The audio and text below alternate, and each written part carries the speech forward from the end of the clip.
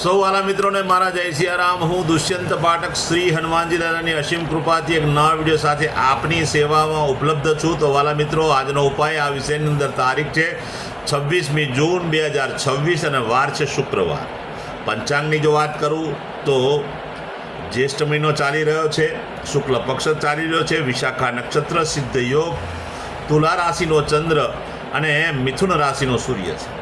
અશુભ સમયની જો વાત કરું તો રાહુકાળ સવારે 10:48 થી 12:30 સુધી છે અને યમઘંટ બપોરે 3:52 થી 5:34 સુધી છે। આ બંને સમય અશુભ સમય છે। અશુભ સમયની અંદર કોઈપણ પ્રકારનું શુભ કાર્ય, શુભ યાત્રા ના થાય।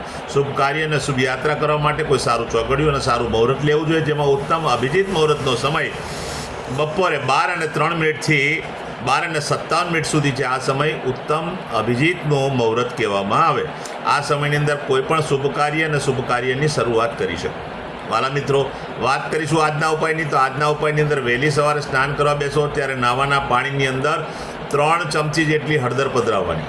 હળદરને પાણીમાં મિક્સ કરવાની। તે જ પાણીથી નાહવાનું। ચોખ્ખું પાણી ઉમેરી શકાય, સાબુ અને શેમ્પૂનો ઉપયોગ પણ કરી શકાય।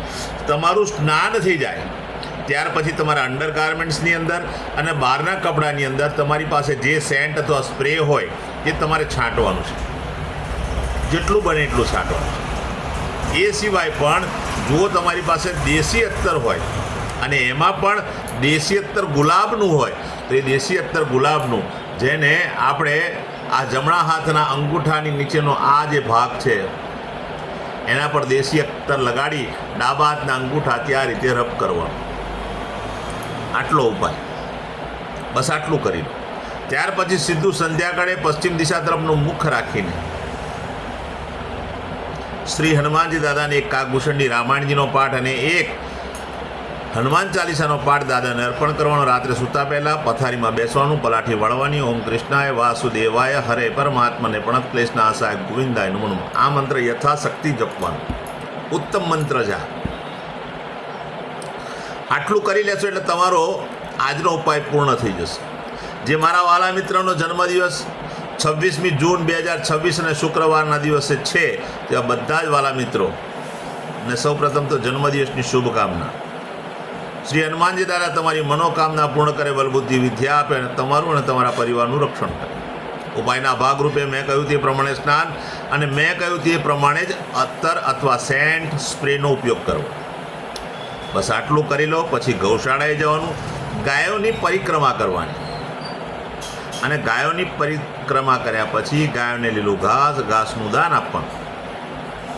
તમારે ત્યાં ભોજન હોય તે ભોજન પણ ગાયને અર્પણ કરવાનું। આટલું કાર્ય થઈ જાય ત્યાર પછી સીધું સંધ્યાકાળે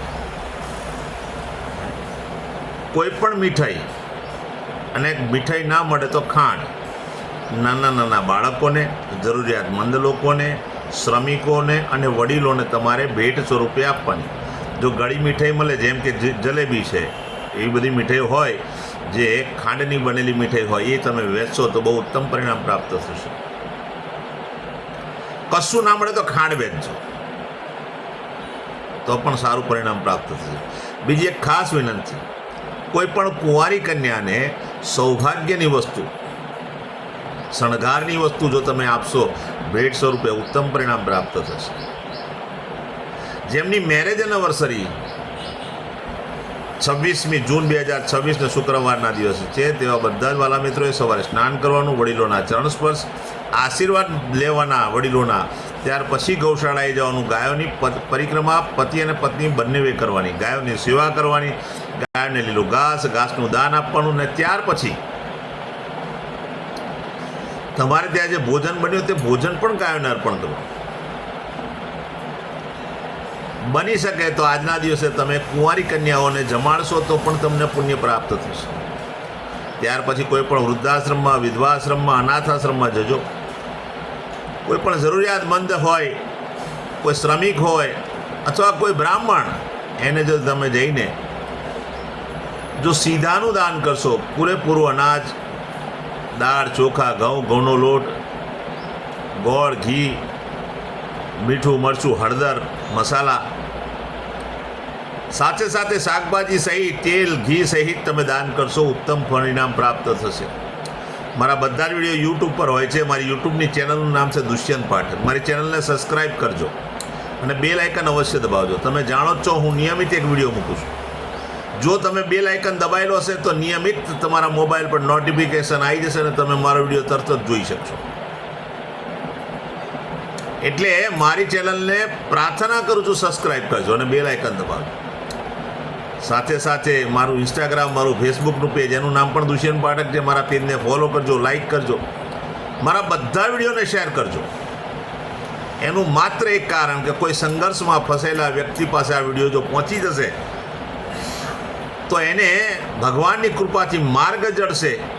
જો એ ઉપાય કરતો જશે નિયમિત તો એ એના સંઘર્ષમાંથી બહાર આવી જશે.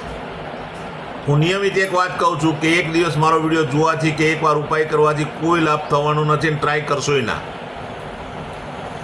નિયમિત મારો વિડીયો જોવાનો, નિયમિત ઉપાય કરવાનો.